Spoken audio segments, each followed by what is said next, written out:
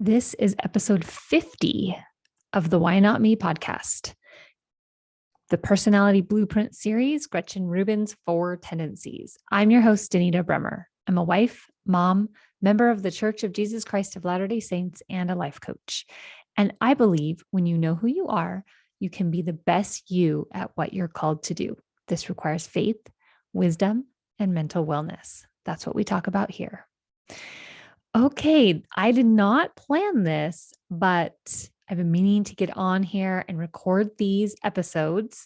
Last episode, I gave you a little preview that there are some bonus episodes coming up, and this is the first one. This one, I know it's dropping on the Monday after Christmas, but it's a little bit of your Christmas gift, and I'm hoping that the next couple of days I can record a couple of more episodes to come a little bit sooner. So fingers crossed for that. It's going to depend a little bit on Christmas vacation and what my kids want to do and how much time I want to spend with them and when the house is quiet, because it needs to be quiet to record these episodes for you in a somewhat high quality way. So first of all, just a quick explanation of what this is. This is what I'm calling the personality blueprint. And it's basically, I'm taking 6 tools. They're not all personality tools, but they're all tools to help you understand yourself a little bit more. And I am basically using these 6 tools to give you a blueprint of who you are. And I think of this, who we are, that's a very complicated, nuanced thing, right? But I think of this in terms of as soon as we were born, we're these little babies dependent on our parents, we come with personalities and we come with certain wiring, so to speak. Some babies can tolerate more noise than others, right? So there's certain things, certain traits, we can just call these sort of personality traits that we come born with. And so that's kind of what I'm talking about here is I try to get to like a default personality. Now, like I said, this is very nuanced. It's not something that, it is one way and there's no changing it. Like this is all a flow and it changes depending on our experiences and what we think about things and all of that. But I'm kind of thinking of this in terms of like a baseline. And I thought that most people that come to coaching or are interested in a podcast like mine, where I talk about identity and emotions and thoughts and, habits and why we do the things we do. I thought that most people that are interested in that kind of a thing have probably already done most of these personality assessment tools. And in the last several months, I've been kind of surprised at how many people haven't. Now, of course, there are many people that have, but even the people that I come in contact with that maybe you know about Myers-Briggs, there are other tools or frameworks that you don't know about. And this is me. I've always loved personality. And so anytime there's a new one that comes out, I want to go take the test and figure out like how I fit into this framework, right? It's fun for me. It's something I enjoy doing. It's something that helps me see myself. I have done these tools over the course of like the last 20 years. And just recently when I thought this would be a fun thing to do, like it was really purely just, this would just be fun for me. I took 2 of my former clients through this process, and I'm now taking a few other people through the process, current clients. And these former clients, these 2 that I started out with, I coached each of them for an entire year. We met pretty much every week, sometimes more frequently than that.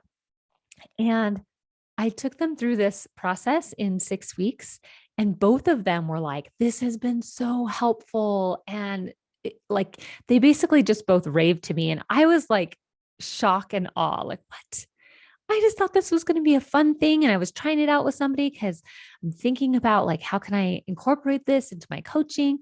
And they both said, no, no, this is really, really useful. And so it was kind of a learning experience to me that I have done all these tools.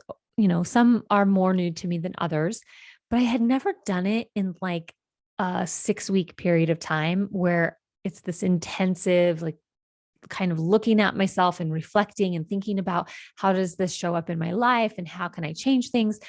And I think that's the part that is kind of new is how do I actually use this information?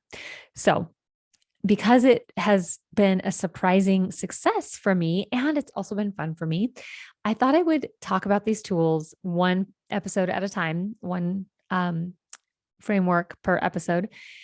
And I'm just hoping that it's helpful for you and that, you maybe through the lens of the way I think of things, you'll hear it a little bit differently and have some aha moments. So that's kind of the introduction to the personality blueprint and why we're doing this. And also, I just kind of think it's fun that this is coinciding with Christmas. And it's just my little Christmas gift to you and to me, right? So we're going to start out with Gretchen Rubin's 4 tendencies.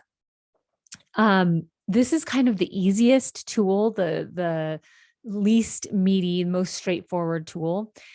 Although, as I was outlining the episode, I thought, wow, I actually have a lot of thoughts and words about this. So no guarantees that this will be a short episode, but that's where we're starting. I'm going to go kind of in order of sort of the I'm calling it the easiest, but like the most straightforward tool to then the most like the meatiest, the most nuanced tool. And so here are the tools that we're going to go over. We're going to go over Gretchen Rubin's 4 tendencies. We're going to go over the Myers-Briggs system. There's an official name for it, MBTI, Myers-Briggs. I always forget what the T stands for. Inventory. The Enneagram. That one's going to be kind of hard because it's really vast, but I'm going to try my best at kind of explaining it, giving you an overview. And I'm, of course, because this is what I do, going to use myself as an example. We're going to do strengths from the Clifton Strengths Finder and a values exercise, and then the why exercise from Simon Sinek. In the 6 weeks that I've been taking these clients through, we spend 1 week just strategizing and bringing it all together. So that's why 6 tools, 6 weeks. But I usually put the Gretchen Rubin's 4 tendencies in with another tool. So we do 6 tools in 5 weeks and then have 1 week to kind of like integrate and talk about how does this come in to your real life. Okay. So okay, let's just get into the 4 tendencies. I'm just reading my notes here to see if I've missed anything that I wanted to hit as the introduction. I think I got everything. So as I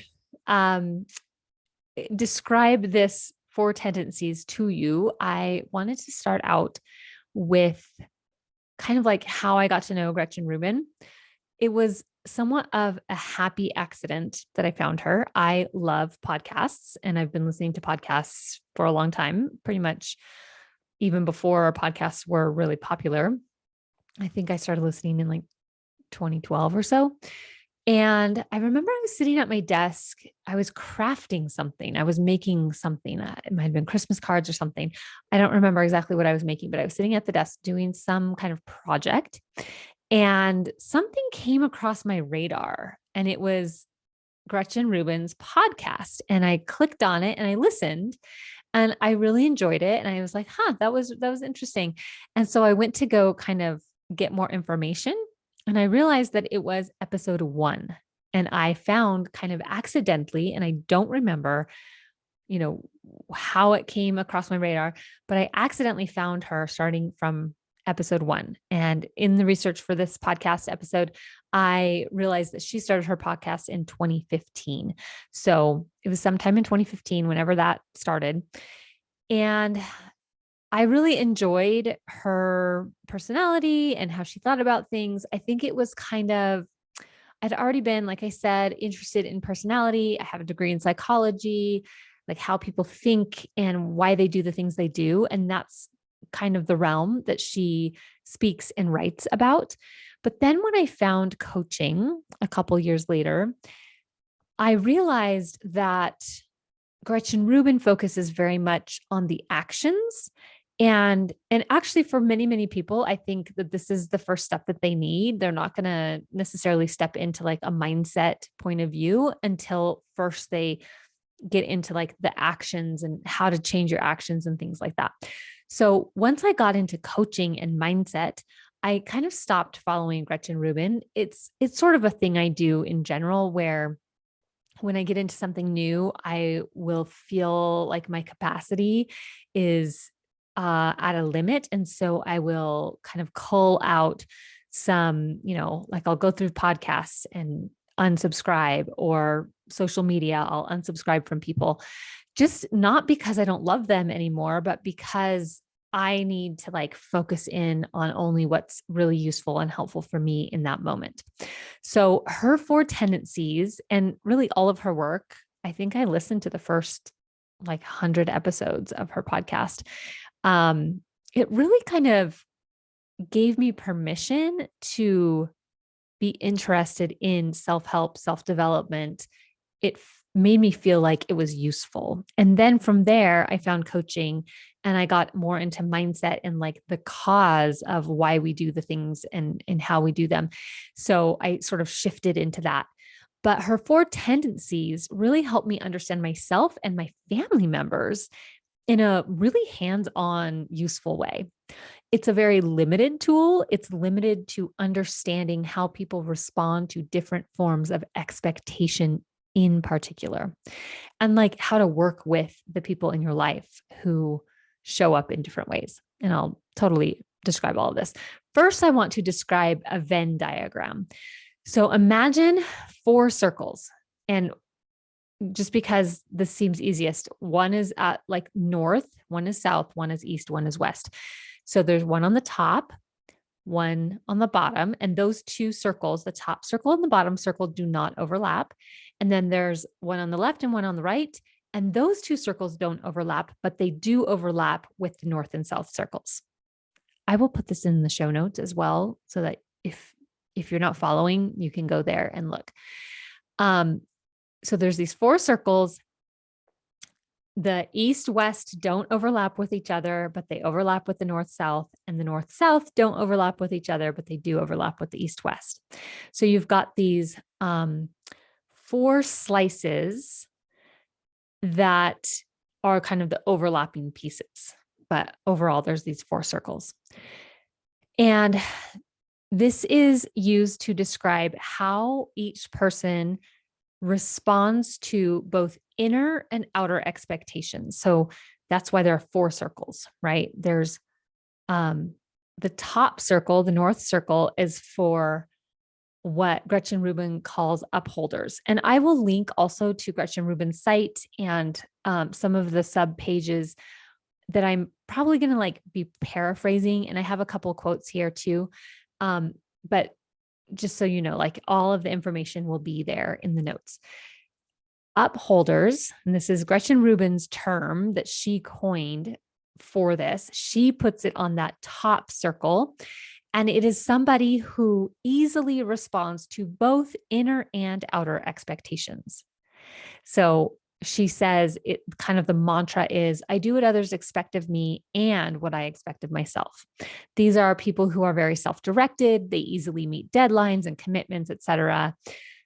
Upholders want to understand the rules and the rules behind the rules. Like, for example, in art or ethics, like what are the underlying rules that then show up in our society, the rules of our society?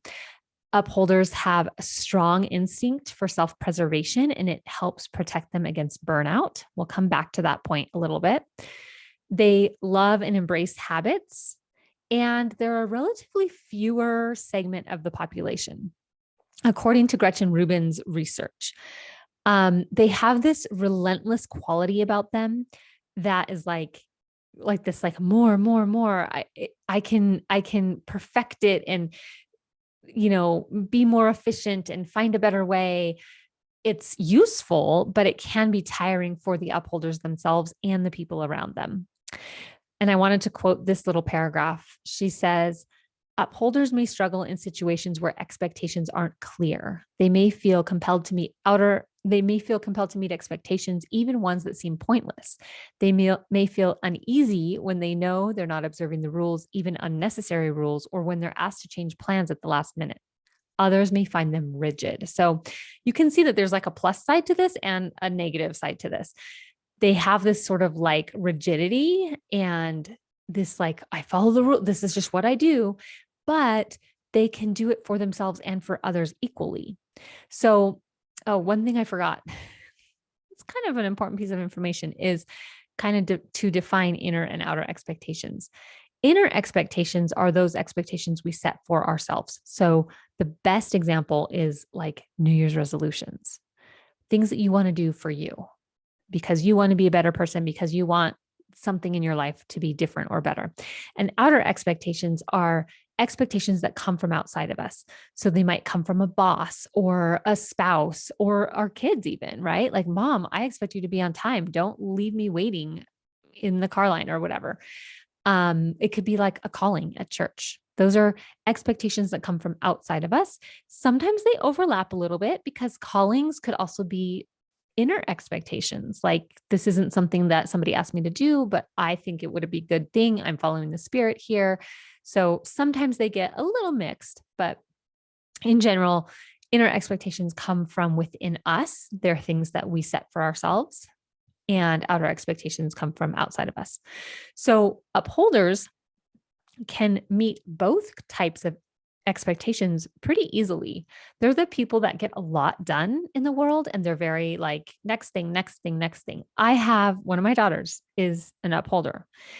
And so it's beautiful. Some of us look at these people and they're like, oh, I wish I could be like that. I wish I could be more productive. And there's like not a lot of drama in their heads, these upholders, right? It's just like, I just do the next thing, next thing. They're kind of like robotic almost in that way, which is amazing. And also can have a negative side to it, right? That rigidity, the like, no, we have to do it this way because this is the rules.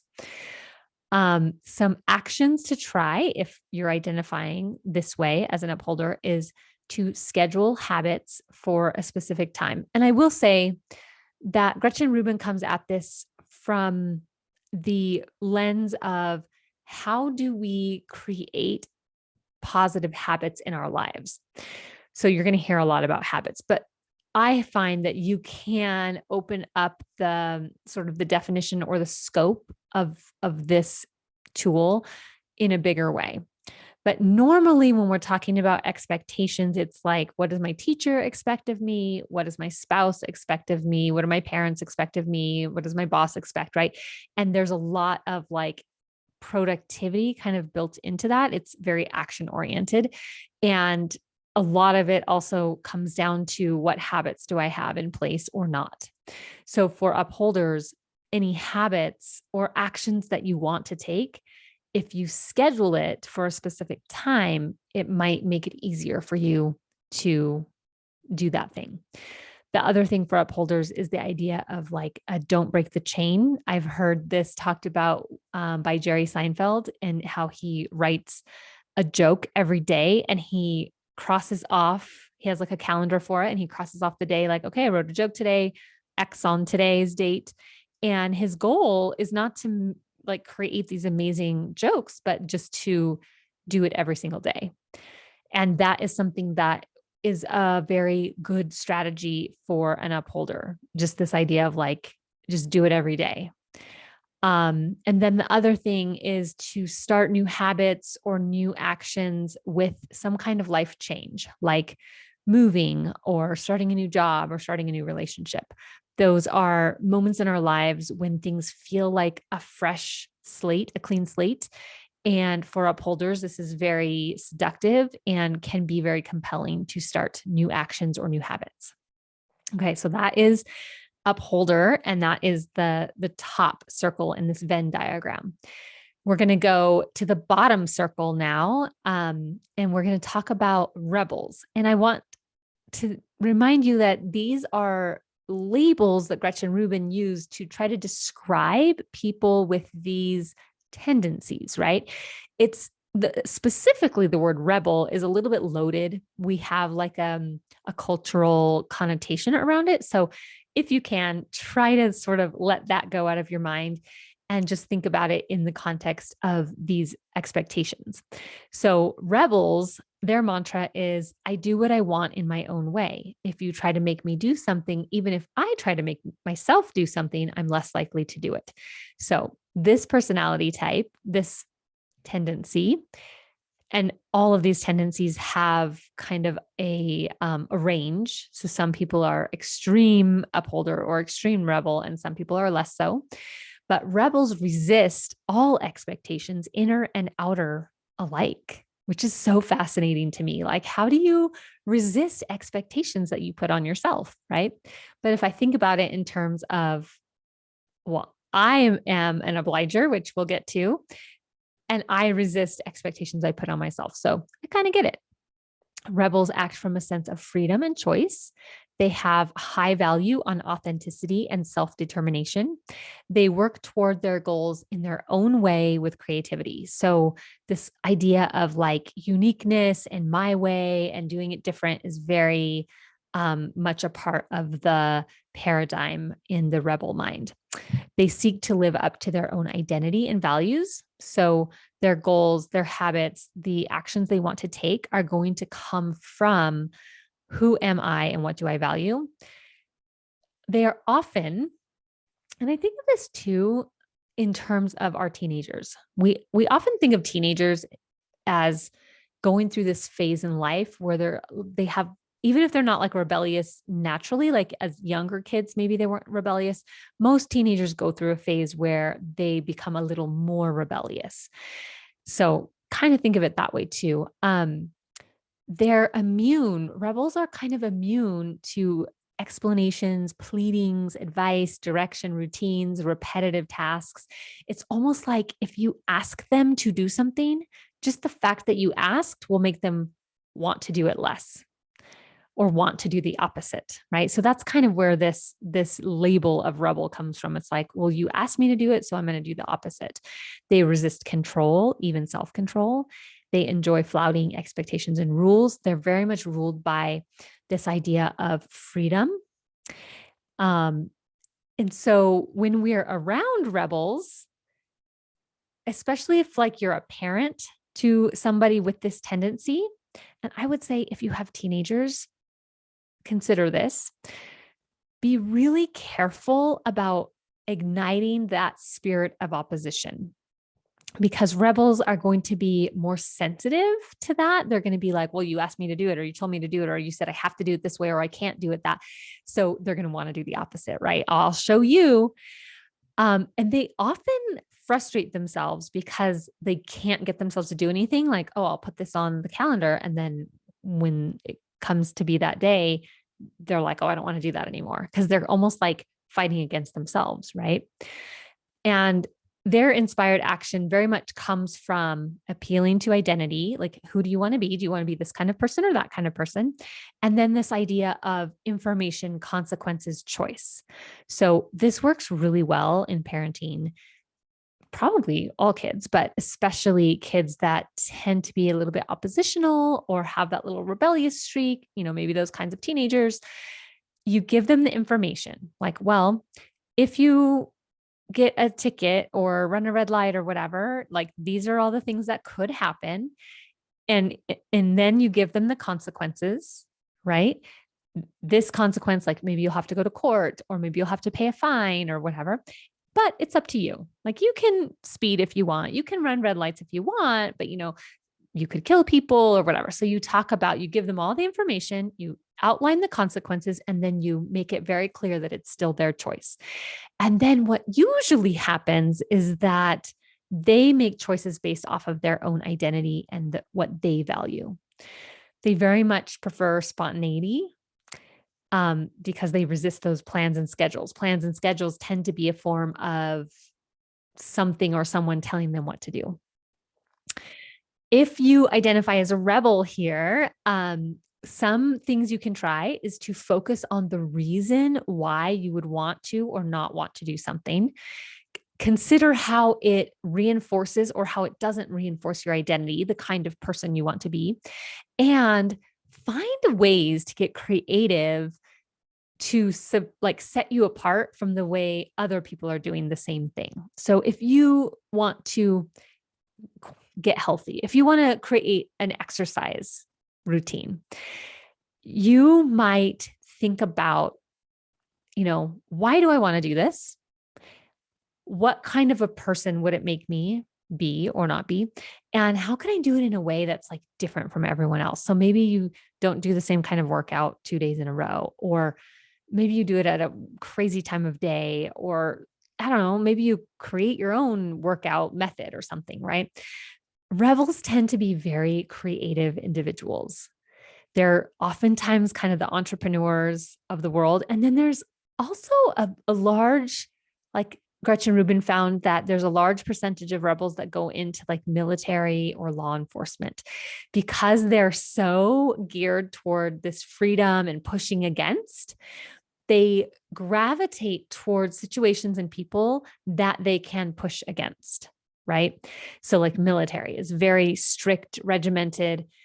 It's almost like an outer way of giving themselves boundaries because they always want to like not have boundaries. Okay, so we've got upholder on the top circle, rebel on the bottom circle. They don't overlap, but they're right next to each other in this little square of circles here. And I wonder if Gretchen Rubin could have done this in like a grid of some sort, but she didn't. This is how she put it together, and I'm doing it her way. Let's go to the circle that's as you're looking at this Venn diagram, it would be on the left or on the west. This is what she calls questioners. And questioners' mantra is, I do what I think is best according to my judgment. If it doesn't make sense, I won't do it. Questioners question all expectations. So in that way, they're kind of like a rebel. And they respond to an expectation only if they conclude that it makes sense to them. In essence, any expectation that they think makes sense, they make it an inner expectation and then they rise to it. So it's almost like it's not quite like they only follow inner expectations, but essentially they look at all the rules, all the expectations, they take the ones that make sense to them, and they easily meet those expectations. So they kind of internalize them and meet them. Questioners are motivated by reason, logic, and fairness. So my husband is a questioner and an engineer. So he's very logical. He's very much ruled by kind of what seems reasonable or logical. Questioners resist anything that seems to lack purpose or is arbitrary or inefficient or ineffective. So I think it's kind of funny. I've never thought about this before I learned about Gretchen Rubin's 4 tendencies. But if we think about the new year and how so many people are setting resolutions for January 1st, many, many questioners think, well, that's just an arbitrary date, right? And it is totally an arbitrary date. It's a date that in our culture, we have constructed to be like the beginning of the new year, right? But ultimately, no one day is different than the next. It's just that we've put a label that this is January and this is December, or this is January and this is February, right? And so to questioners, setting something like a New Year's resolution might feel arbitrary, or it might even feel inefficient or ineffective because they're like, well, just do it. Like if it makes sense to you, then just do it, right? They have a relentless appetite for information and justification. So questioners can suffer from analysis paralysis and have a hard time making decisions if they're on this continuum of questioners that really finds the need for more information, more all the time. And there are some things that you can kind of set up to manage this, like setting limits, like, okay, I'm going to research for 30 minutes and no more. consulting trusted advisors, setting deadlines, like by this date, I'm just going to make a decision, because eventually you just have to make a decision, right? Questioners need explanations and justifications from those around them. And they also, ironically, don't like to be questioned themselves. It comes from this, like, they consider that they've thought through everything. And so then they find it very tiresome to have to explain it to other people or justify it to other people. They're like, well, I'm really smart and I've already done all the legwork. So why are you questioning me? Right. And their questioning can seem disrespectful or defiant, like in a work situation or something like that. So if you are in relationship with a questioner, know that they need the explanations and the justifications, like the why behind, what you're being asked to do. And they don't really like to be questioned. So it's just interesting. They stick to habits that they find useful. It's easy for them to stick to those habits, but not the ones that they find arbitrary or like inefficient or not useful in some ways. If you're identifying with questioner here, are some things to try.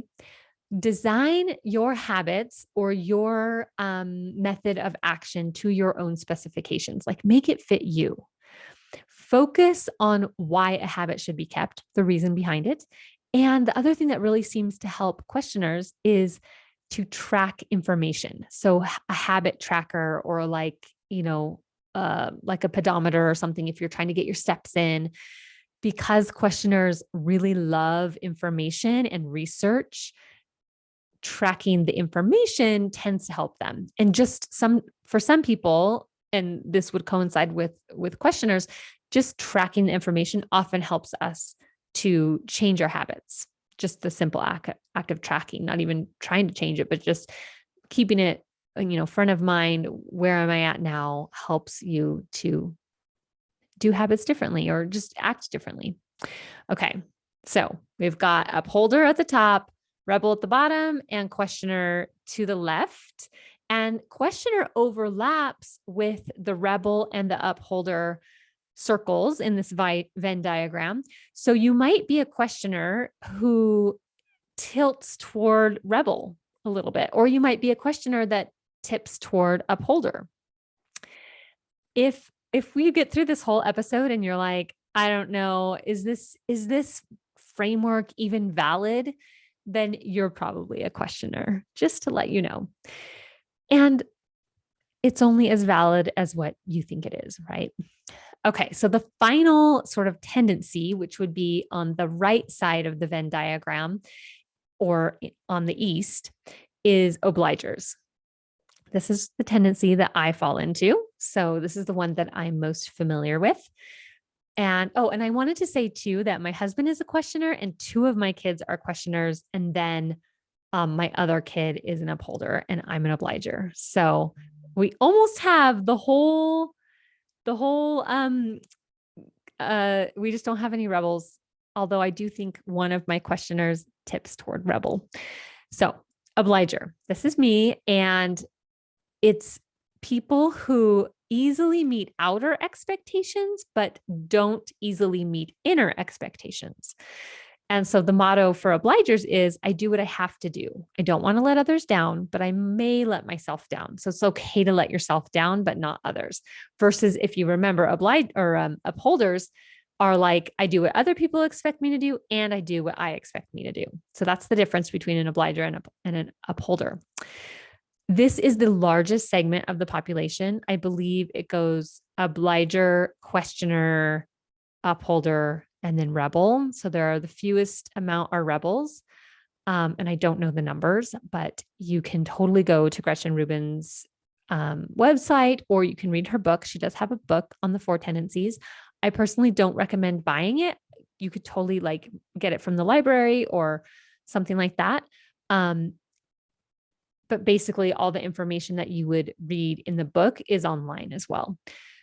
Okay, so obligers are the largest segment of the population, and they're the glue that holds our society together. It's the typical kind of mother archetype. Others rely on them, so they make good coworkers, teammates, etc., right? Because they're the ones that meet the expectations from outside of them very easily. They're kind of the people that keep the world running. um, Here's a quote from Gretchen Rubin's site. Behavior that obligers sometimes attribute to self-sacrifice or lack of self-esteem. So many obligers would say, like, why do I always make time for other people's priorities at the expense of my own? Is often better explained as a need for accountability. So for this tendency, because obligers respond way more easily to outer expectation, this tendency thrives with external accountability.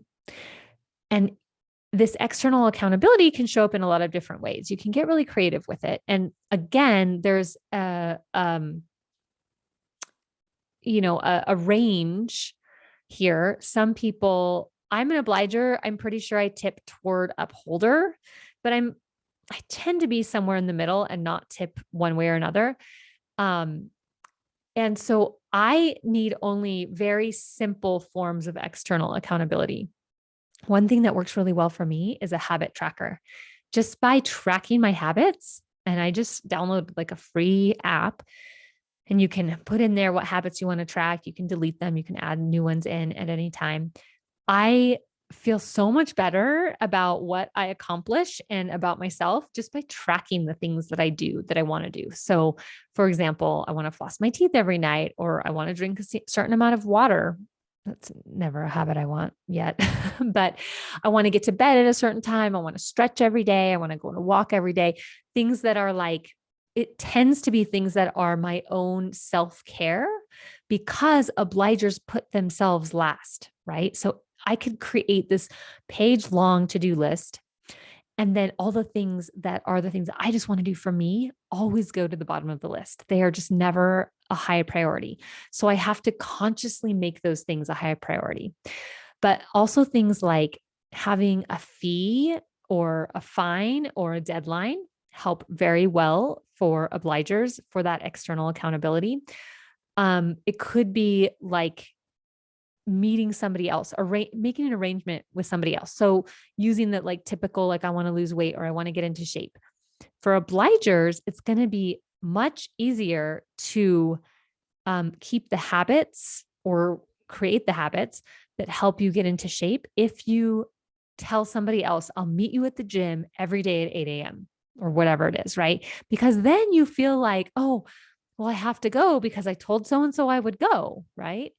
And that's not to say that obligers can never cancel or anything else, but it's just that little layer of like somebody else is relying on me helps obligers kind of rise to the challenge.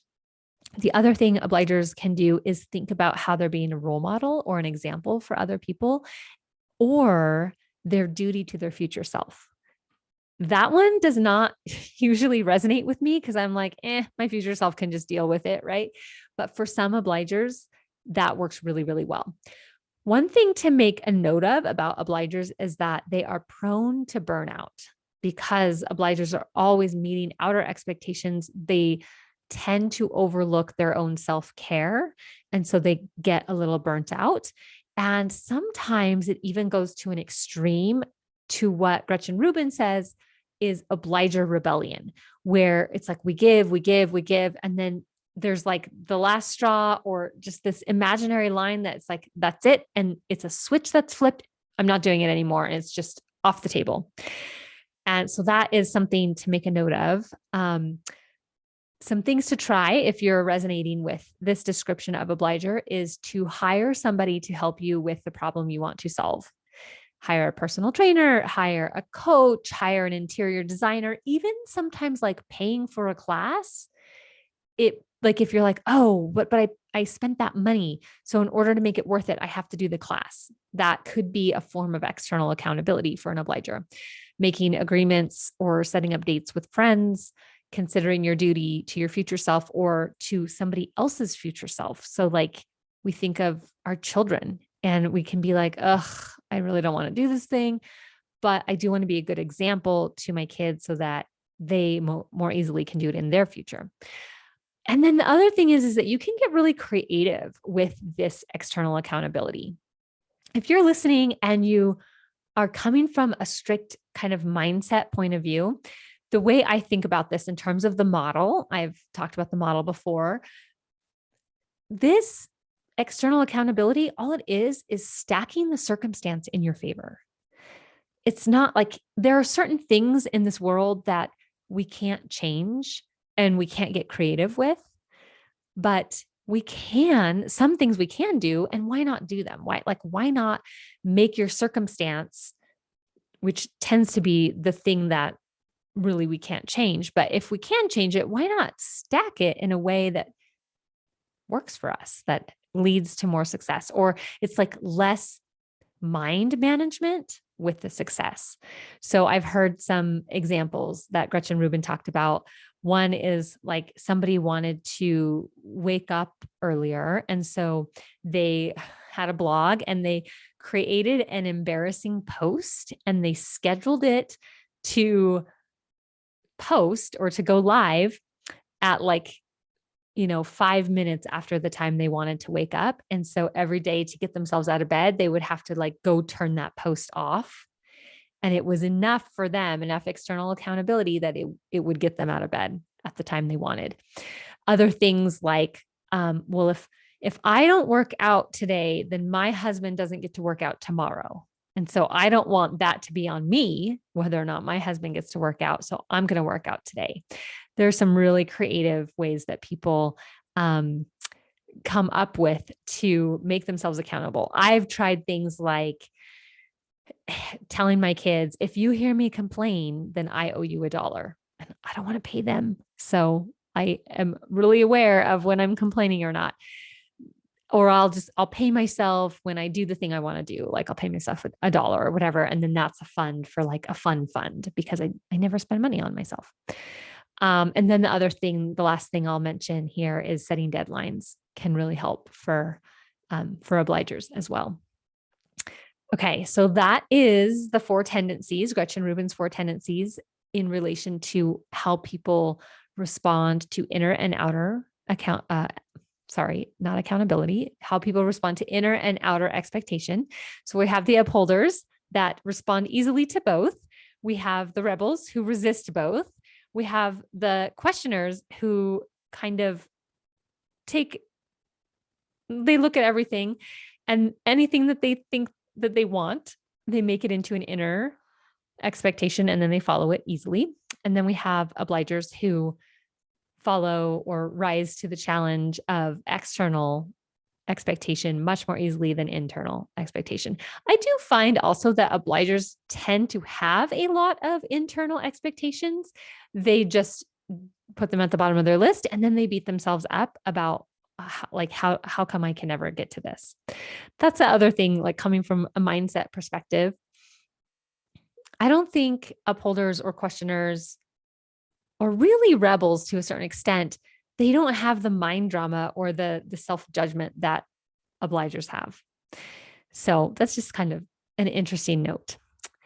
Okay, let me see here. Conclusion. I really want to know, what type do you identify with?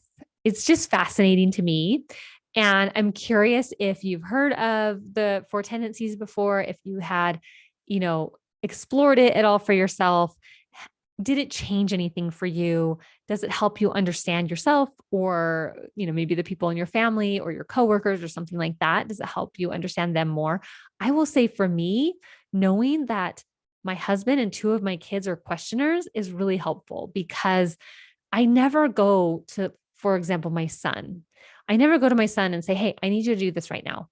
And if he says, why? I don't say, because I said so. I mean, I'm an imperfect human, so sometimes I do that, but I know that he's a questioner. And so I always try to give him the information, like, here's why, and here's what's going to happen.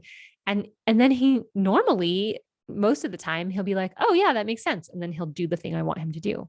Sometimes he pushes against it a little bit, like, mom, that doesn't make sense. And that's dumb or whatever. And then I just say, well, it's okay if you think it's dumb, but I don't think it's dumb and it's important to me. And so, it kind of appeals to I think each of these tendencies has a little bit of what kind of person do I want to be.